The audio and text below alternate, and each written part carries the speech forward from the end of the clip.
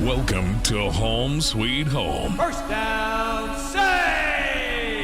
A New Orleans Saints podcast presented by Caesars New Orleans. Hakeem drops the ball! Hakeem drops the ball! Brian Milne might have fallen on it at the 10-yard line! You gotta be kidding me! It is the New Orleans Saints football! There is a God after all!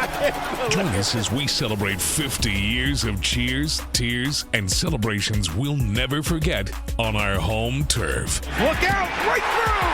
A pick block by Steve Gleason. It is scooped and scored by Curtis DeLoach. Touchdown, New Orleans! Hear from the players that made those unforgettable moments and those who were there to tell the story. Snap, placement, kick by Hartley, and it is done! It's good! It's good! Pigs have flown! Hell is frozen over! The Saints are on their way to the Super Bowl! Taking us on this half-century journey are your hosts, John DeShazier and Gus Kattengell. The Saints win! Welcome to Home Sweet Home, a New Orleans Saints podcast presented by Caesars New Orleans. We look back at 10 of the greatest games in the Caesars Superdome. John DeShazier, NewOrleansSaints.com, Gus Kattengell with you. 2009, sir, I don't know if you've heard about that season. It is the Super Bowl winning season, of course, of your New Orleans Saints. So many different games and moments you can go into that. And, of course, on our countdown or on our look back at 10 of the greatest games, it's near at the top. I'll just give a little hint on that as to the, of course, NFC Championship game. But there was a game during the season, JD, where despite the hot start the Saints had, the New England Patriots were in town. Tom Brady, Hall of Famer. Bill Belichick, Hall of Famer. Super Bowl champion winning organization. They do it the right way, the Patriot way. Bill Belichick, all of that. And Monday Night Football. Just how good are the New Orleans Saints? Do you remember this game on Monday night, November 30th, 2009, where the Saints beat the Patriots 38-17, as I call it, no mas, as they pull Tom Brady in the fourth quarter? Well, there's two quotes that I can think of. One I attribute to Ric Flair. I don't know if Ric Flair was the first one to say it or not, but I attribute it to Ric Flair, where Ric Flair says, to be the man, you got to beat the man. You know, that's one. If you want to be the man, you got to beat the man. And the second one I attribute to the TV series The Wire that used to be on HBO. Love that show. And on The Wire, they said, you know what? If you're coming for the king, you best not miss. And so that was that moment for the Saints. You want to legitimize who you are, and you want to be thought of as a really good team and franchise, and you want to be thought of as a contender. Well, you've got to be able to stand up to teams like that. At some point during the journey, you've got to be able to win games against teams like that had become such a dominant franchise. And with Tom Brady at quarterback, and you're thinking, you know, okay, this is a chance for the Saints to see where they measure. And you have to be able to rise up in those situations, because if you can't, then you go back to saying, you know, everybody's saying, well, okay, they ain't ready. You know, okay, they can't win it. Okay, they're, if not fraudulent, they're certainly not ready for that kind of prime time. They're not ready for that level. But when you get in those situations and you rise to the occasion and you do it in the fashion that the Saints did, then you're thinking they got a chance. They got a real chance. Yeah, Saints entered that game 10-0, Patriots 7-3, and you know number 9 was ready for that. You're going up against it, and I know a lot of times he's like, it's the teams that go up against it, but the preview, the highlights, the open, the video package, there's Drew and there's Tom. So everyone talked about them going at it. Breeze, by the way, went 18-23, 371 yards, 5 touchdowns in that game. Brady, 21-36, 237, 2 picks in that game. No TDs. Yeah, Breeze was almost spotless. Well, you know what? I won't say almost spotless. He was perfect. He did have one of those games, by the way. I understand he had the 5 incompletions, but I mean, the guy has this, almost. He was completely clean in that game, and again, when you play that kind of game, under those kinds of circumstances, that's when you're like, okay, yeah, they're 10-0, but they hadn't played New England. They hadn't beat a team like that, that's got that resume. They hadn't beat a team that's been through the fire. And when you win that game, now everybody looks and says, okay, the Saints could be the favorites. They certainly are contenders. You wouldn't be surprised if they're in the Super Bowl because they just dominated a team that has been bullying people around and figuring out ways to win. And the Saints got them and basically spanked them and took them to the woodshed. And now you're thinking, man, this team's got a real. I understand they're 10-0, but this team, this looks like the team to beat.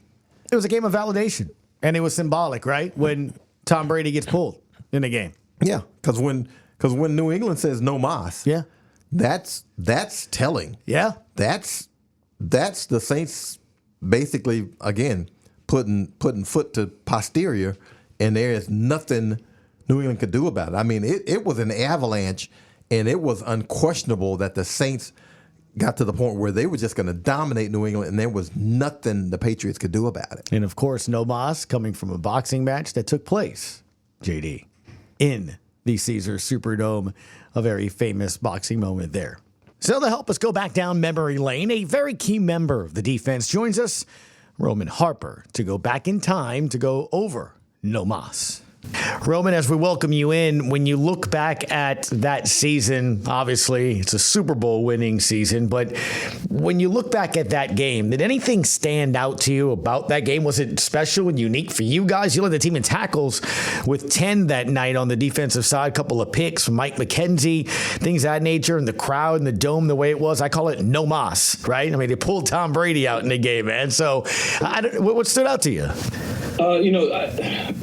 What's crazy is that, like, I don't even remember that game. Really? Yeah. Well, the only thing that actually played that I actually remember from the game was Lawrence Maroney kind of broke through. He actually shook Vilma. And then but when he shook Vilma, it made me have to, like, stop and slow down because I'm like, oh, if Vilma missed, that means I got to, like, at least just try and get him down. And then he kind of trucked me, but at least I got him down. He came down, but it didn't look pretty on my end. And I just remember, like, as soon as I'm getting, like, peeling myself up off the ground, I just hear Vilma like, my bad, Rome. My bad. That's on me, dog. My bad. I got you set up right there. I was just like, it's all good, dog. But that's, like, the one play I remember from the game. But, I think JD said it perfectly. Like, that just all year long, like, we found different ways to win. Like, early in the year, I remember going on the road to Buffalo. It didn't look like our traditional win. It was more of a ground and pound, running the football type of game. It was kind of an uglier game for us. And then, going back-to-back weeks versus the Jets and the Giants, that's when people are like, oh, man, this team might be legit because the Jets were supposed to be the team, and they were undefeated. We beat them. Then we beat the Giants, and then all of a sudden we get a couple other games. And I guess that was the real big test. Everybody was like, the Patriots were supposed to be the standard of what the NFL was at the time. And my oldest brother, who's always been my biggest fan, is kind of crazy, but he was just like, dude, you guys are going to destroy the Patriots. I'm not worried about the Patriots. I'm worried about the Redskins next week. The Redskins at the time. Right. He's like, that's when he's like, because nobody's going to be looking for him. He's like, this is when everything goes wrong. He's like, the Patriots, everybody's going to be ready. It's at home. It's set up for you. He's like, the Redskins the following week, though, I'm telling you, that's going to be the way harder game. And he was not wrong. And so, dude, we really got after those guys. I can't even believe I had 10 tackles that game. I don't even remember. So, besides the one where I kind of got trucked a little bit. But it's funny how, like, all these things happen. And, I'm fortunate and blessed enough where I played so much football that I've forgotten way more than I actually remember. Now, the thing about that game for me was it was kind of a, I guess I would call it a Ric Flair game. Ric Flair used to always say, if you want to beat a man, you got to beat the man. Correct. And so that was the way it felt. It felt like you beat the man, and now you are the man because, New England, by a consensus, Super Bowl contending team, a team that, was winning a lot of games. And to get them in the Superdome and basically destroy them, it made it feel a lot more than legit. Not that the Saints didn't feel legit before then, but suddenly it was like, okay, this is a team that looks like they might have enough the kind of stuff to win it. Did that kind of permeate in the locker room that way? Well, yeah, it did. It was just really cool because, just that season, looking back on it, how we did things defensively were just so different. That was a week that leading up to it, we like that week of practice, we put in this new defensive play called triple double. So we were going to double 3 different guys. So Randy Moss was one. I think maybe Kevin Falk was one on certain third down situations. We were going to double him. And we were also going to double somebody else. And we knew that we only were going to rush 3 and that Tom Brady was going to be right there. He wasn't going to move. He wasn't going to go anywhere. And so we broke out this this defense versus our offense throughout the week. And that's how we always knew like something was going to be good that weekend when we played is like, if we could trick Drew just for like on our competitive Thursday days. So we install the defense Wednesday, Thursday, and we go competitive live periods on Thursdays versus one versus one's offense defense for like 10, 15 plays. And we throw all of our new stuff out on Drew in the offense. And so that's what we practice at. And if we could get Drew, we like, all right, we're gonna kick ass with this one. Like it's gonna work. And so it was really beneficial to have the number one offense. And so we got to practice against the number one offense all the time with a great quarterback like Drew, where we could show different things. It was a lot of really good trial and error all year long. And that was the one thing that was the first time we had broke out that defense. And they had no idea what we were doing to them because we could double them from different areas. Like I could show down like I'm blitzing, but then run out depending on what side I wanted to be on or wherever Sharp, opposite of Darren Sharper, where he was going to be going. So just who we were doubling, like that determined where I would be able to go to and what I could show. And so just a lot of different looks that we were able to do. And that's just another case of it, man. It was really, really fun. But that in particular was one of those weeks where we installed a defense that we had never ran before and it worked to success. And Mike McKenzie and all of our other DBs, because we started getting beat up around that time too. Everybody had to kind of fill in. We just rotated guys and we made it work. Yeah, Mike literally came off the street, I think, that week for that game. He actually did. He did.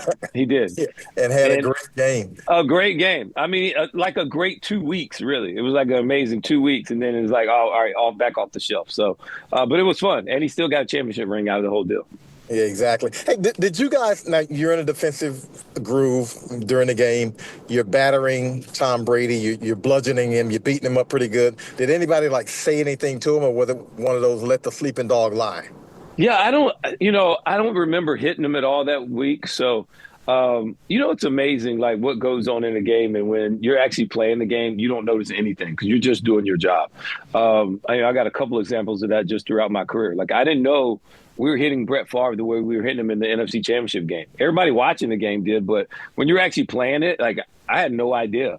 And then I look back and like, dude, we were messing that dude up. Another game is when I was with Carolina versus the whole Josh Norman, Odell Beckham game. Like I was right there the whole time, and I had no idea all this madness was going on. I was focused on what I was doing, and then you look back and you're just like, dude, what's going on? Like how did I not know this? And Vilma still gives me crap to this day. He was like, I just know Roman's about to choke slam somebody because that's like kind of what I did or what I would do to anybody that was trying to start stuff with especially wide receivers. So, and I just had no idea. And in between plays, Odell's like, hey, man, I'm a big fan of yours. Grew up watching you. I want to trade your jersey after the end. And then the next play, like go hit Josh from behind like a wild man. So it was just, when you're in the game, you're in the moment, you don't actually see everything that's going on. And so that's probably one of those other cases where I just didn't know. And I just know our offense caught fire. And we were playing really solid defense and really, really frustrating those guys. We were trying to hit them. Sharp had a couple of really big hits in that game. And we wanted to fly around and set a tone. And that was the whole mentality of who we were all year long defensively. And we definitely didn't disappoint that night, knowing that we had the home crowd behind us, knowing that all the advantages that we normally had as a Saints defense that year, everybody showed up that night in a big way, especially the crowd. Having home crowd, and you just mentioned it, was it one of those situations where did you hear the crowd? Because a lot of times I know players can zone it out, but did you hear the crowd? Of course, man. Anybody says they just don't hear the crowd, I think they're lying. It's ways to concentrate and focus. Like the crowd can't be an excuse. But we were so used to the crowd. We practiced with the crowd, loud noise every day. every week of the whole season. That's what Greg wanted. Greg wanted to, Greg Williams, was one of those coaches, complete opposite of Sean. We're like, Sean's not really yelling and stuff in practice. Like, I'd never hear Sean yell in practice. But in the game, Sean's a maniac. He doesn't even remember what he says half the time because he's just on a tangent. And Greg's the complete opposite. Greg's really loud in practice. He's always dropping F-bombs and whatever, blah, blah, blah. But in the game, it's super calm. Not raising his voice, making sure we're all in attention to detail, just really calming during the game. And so the biggest thing for us was hand signals. So you got to be able to hand signal. And there was never an excuse of I didn't know or I didn't get it. And if Vilma made a call, we played what Vilma said. I don't care what Greg called off the sideline or what anybody else said off the sideline. We're playing the game. And whatever he calls, we play. Because if we're all wrong, we're all right.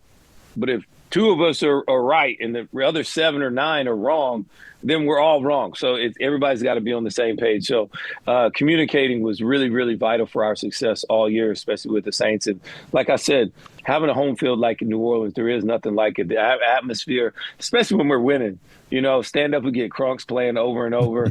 The crowd's drinking. It's just a happy-go-lucky. You can tell. I'm not going to call our fans front runners, but they have a great time when they're winning, like a great time. yeah, they were well lubricated. I find that interesting that you said that you guys were practicing with noise because generally teams do that for the road games, right? Yes. Well, so offensively, you'll do it for a road game. Yeah. But we did it all the time anyways, home or away. We just did it because he wanted us to work on that and just to get good with our communication. He's like, who cares? And we knew we'd have it at the home field. So starting Monday, Tuesday, whenever we're out there, we got crowd noise. And that's all we practiced with for years, every day. Mm-hmm. So that's what we just got used to that. It was normal for us. And when you go on the road, you got to get used to doing that as well, just practicing with that crowd atmosphere. And then you're able to communicate. And like you said, Gus, that's how you really block it out because you're just used to it. Whenever you're used to being in the storm, it's just another one. I think it's interesting. You played college ball in Tuscaloosa, obviously a great venue, but the Superdome, was that about as loud a place as you've experienced in the NFL?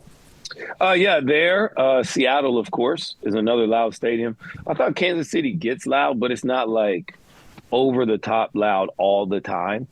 Seattle, I think, is probably the loudest outdoor stadium because the fans are extremely smart. They know when to yell. They're not just yelling to like set a record or be loud. No, they're very intentional about it. I think intentional noise matters. They keep stats about how many times they get teams to jump off sides, how many penalties they cause as a crowd. So they take a lot of pride in being the 12th man. As far as indoor, I would definitely give it to New Orleans. That's the loudest indoor stadium I've ever attended. As far as college, for me, it was University of Tennessee, though. Neyland is crazy loud, 112, 113, all just kind of right on top of you, right over there by the water. It's the loudest stadium I had in college until I got to the NFL, which was loud too.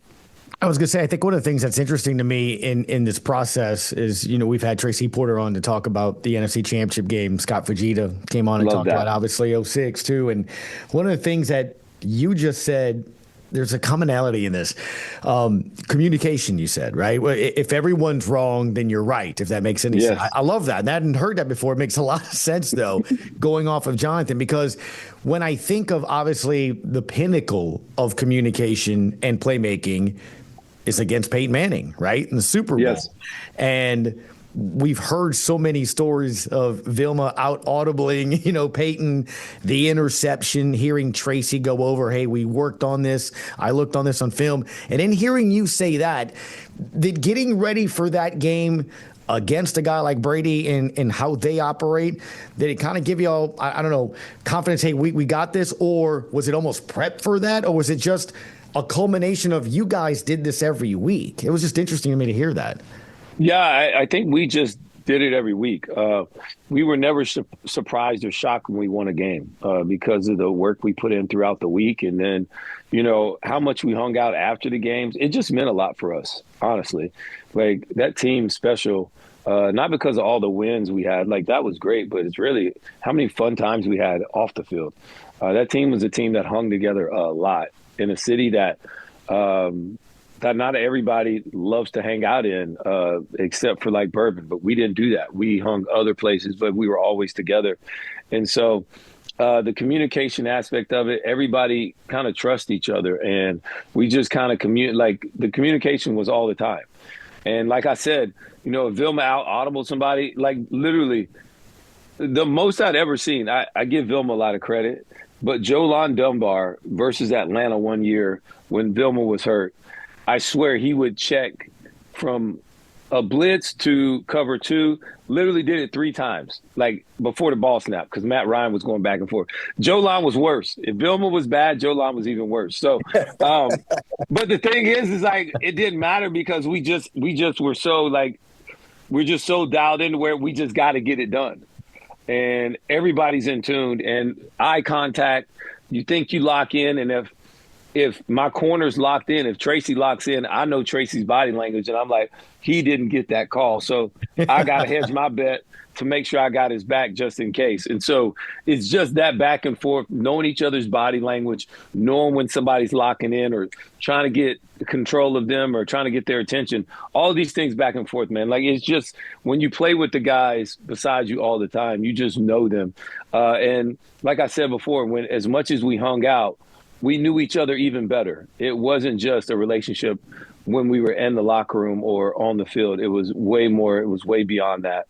And so I think that's the biggest difference that really brought, to me, that made that team so special. It was like our families became families because we were all so tight and everybody was together. And when we had our family, all of our families were together, whether it was on the road, in hotels, traveling. Mm-hmm. And so, and all being together for so long, it really did come across like, my families are like friends with other families for life because of this game.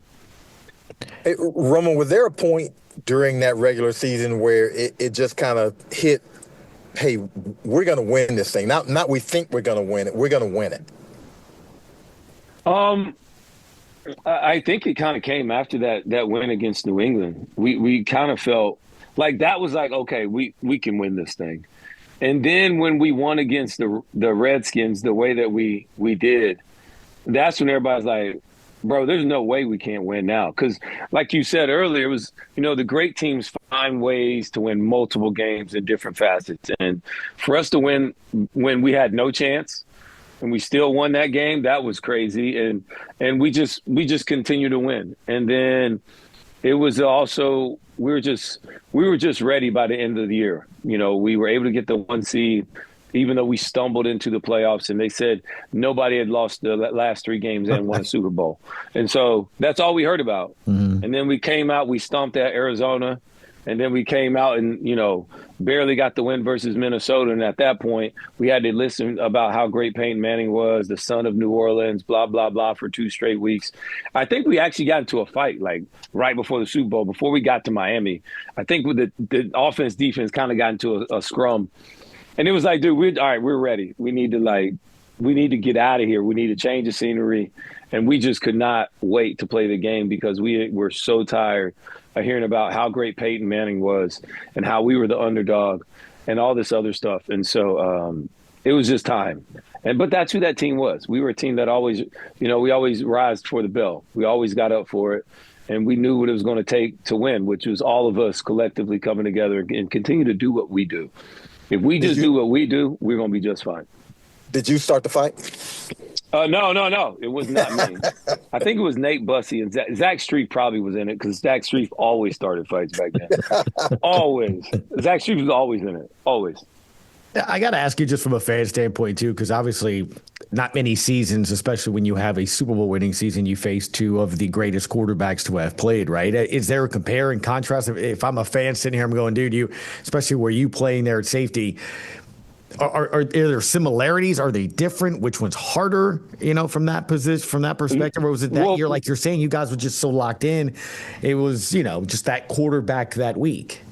Yeah, it was more that quarterback that week, but I mean, we beat 3 Hall of Fame quarterbacks on the way. It's just, look, man, football is, you got to be damn good, you got to be healthy, and you got to be lucky. Like, the ball's kind of got to bounce your way. If you want to win it all, we beat the crap out of Arizona. Kurt Warner, we knock him out. Brett Favre, dude battled his butt off. And he was great that year. Minnesota had more Pro Bowlers than we did, and they were awesome. And my boy Jared Allen's still mad at me for winning that game. And then beating Peyton Manning, who was the MVP, who was so good. It was amazing. Like, we had to have 2 different whole playbooks on a wristband, first half, second half defensively, because we wanted to be able to show him something in the third or fourth quarter that he hadn't seen yet, because he was that good. And we were aware of it. And, the looks that we had to show, how we had to practice for 2 straight weeks on when we were going to move versus was, under center, he waited till 5 seconds to snap the ball. So once it hits 5 seconds, now let's move. Don't move until the play clock hits 5. Versus shotgun, don't move till 3 seconds, because he was a little bit different. And so, like, those are the details that you can pick up when you got 2 weeks to prepare. And we're all in. Like, we're studying everything. And whether if it's ankle up, like whatever it is, like that's what you're doing. And then also versus, and then also versus, am I off the screen yet? No, I'm you're sorry. good. You're good. Okay. And then also, to play against Peyton Manning 6 years later in Super Bowl 44. In Super Bowl 50. Right. And then where we were the favorites when I was in Carolina, and then we lose to him. And he was like a shell of himself. So it's like you still got to play good and be lucky if you want to win it all. That's just what football is, and that's why I love it to death, because it don't lie, and it's just what it is.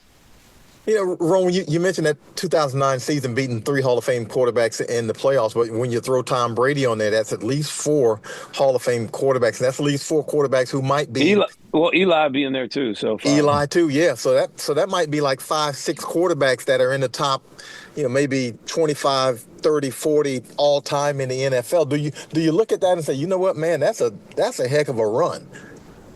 No, it's like, that's for you guys to decide. I was just happy I got a ring, and just at the end of the day, it was just, you never really appreciate the good old days when you're in them. And so I'm able to look back on it, appreciate those things, like being back at my parents' house now, seeing all the stuff that I did not care anything about, all the awards, all the other things that are just in my parents' house, because I didn't care about it. I didn't put a lot of value into those things. And it's cool now that I can look back on it, share those moments. Like my son, he spent 3 weeks here with his grandparents this summer, and he saw like an award here at my house. And he's like, "Dad, I didn't know you won this.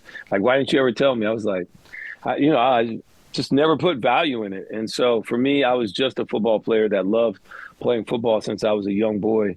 And I was blessed enough to play it until I was 35 years old. And so now getting out of that comfort zone and growing in other areas of my life is what I do now. And I'll continue to do that, and probably won't put a lot of emphasis on, the wins. For me, it's always just about getting better and correcting the losses or correcting the mistakes. I don't really, the wins are going to come if I continue to just work and do what I need to do. And that's just my mentality. I'm just built that way. I'm just kind of wired that way. Just as we wrap up here, man, just give me your 30, 60 seconds here. Quick rapid fire. I'm going to toss something out, get your opinion. Because like I said, so many of these games on the list you were a part of, all right? So first thing that comes to mind, the Dome reopening, that Monday Night Football game against Atlanta. I was more excited to play Michael Vick than be in the Dome. I didn't even understand what I was being a part of. I saw everybody crying and emotionally being about it, and I was just like, dude, that's Michael Vick. That's all I cared about. So I was a rookie. I didn't know anything. All right. The interception Tracy gets on Brett Favre in the NFC Championship game. If he would have followed my block, he would have scored, and we wouldn't even went to overtime. That's all I'm saying. All right. In overtime, as Garrett's about to kick that ball, did you watch? Did you look? Did you pray? What were you doing on the sideline? I watched, and I was on my normal position of standing up on the bench somewhere. And so, I was watching, and I was really excited. We were a team of destiny. We were supposed to make it. I had no doubt.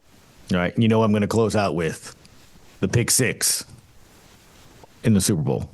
I was actually just really happy and thankful because we were supposed to be doubling the tight end, me and Sharp. And so I was supposed to be low and outside. And I saw Sharp like run past me going another totally different direction. So I was nervous because I thought Dallas Clark was beating me for the game-winning touchdown or the game-tying touchdown. So I was just running my heart out and just like sick. And then I kind of heard something and I looked back and I just saw Tracy running with the ball and I was just so thankful. I just got on my knee and said, thank you, God. Oh, my God. Because I thought I was going to give up the touchdown. But, yeah, that was my initial. I had no idea what happened. I just saw Tracy running with it. So, and like I said, you don't know everything going on around you. So it was really good. It's crazy how it works. It takes everybody, doesn't it? It takes everybody to get it done. Takes a village. JD, got anything else, bud? No, we good. Sounds good, man. Well, Roman, as always, man, I appreciate your time that you gave us. And again, as we look back at the time that the Saints has been, it's hard to believe 50 years as a New Orleanian to think that that's been called home. Just close out on this, man. When you think of playing in the Caesars Superdome, what do you think of, man? What comes to mind? Just how great the home crowd is. The Houdatts, man. It's just a different place, different vibe. And truly, truly special for me because how much they really adore me. And I don't live there. And so whenever I get to go back, like, it's just funny because my kids are used to it. Like, I walk around and, like, everybody's like, Harper, blah, blah.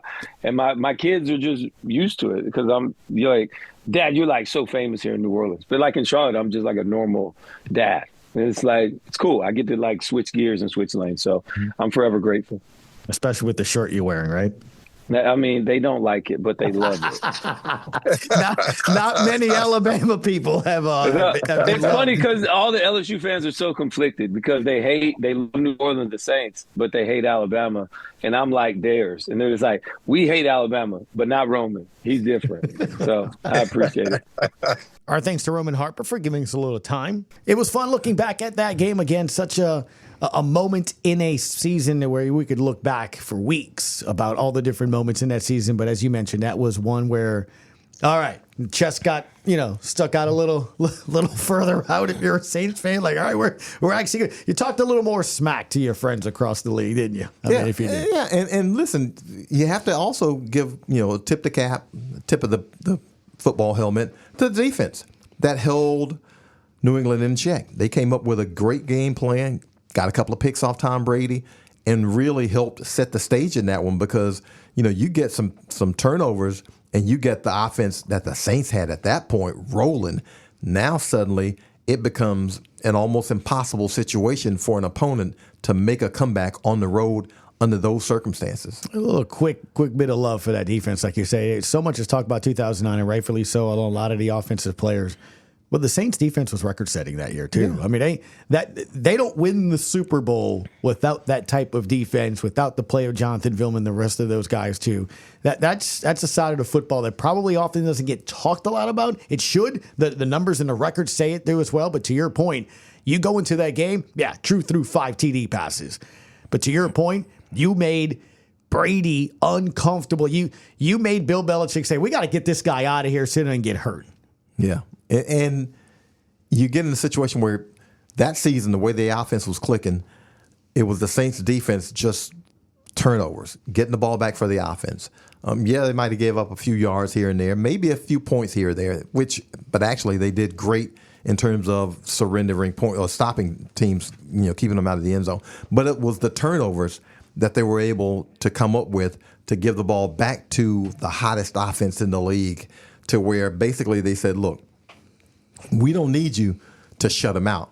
But if you get us a turnover, that's going to be that. That's going to be that. Because if you score, get a turnover, score again, now suddenly it's a 10-point lead, a 14 points instead of, going back and forth. And now you've got the advantage. And once the Saints defense got the advantage provided hopefully by the offense, now you can kind of really tee off on an opposing quarterback and that offense because you put them in predictable situations because they got to throw it. You can tee off on them as a defensive line.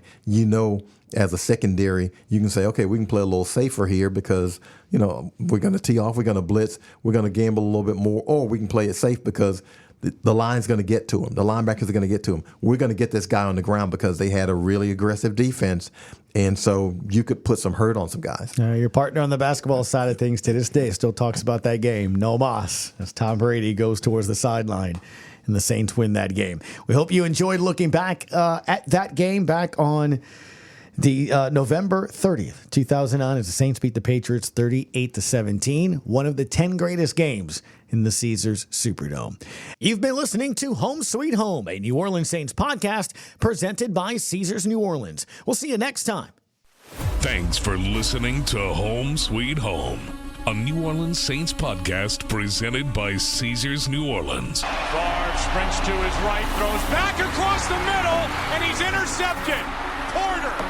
For the latest on the black and gold, check out NewOrleansSaints.com.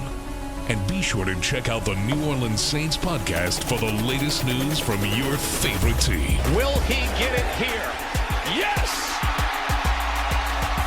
Touchdown pass, 5-4-0 in the 504. We'll catch you next time on Home Sweet Home.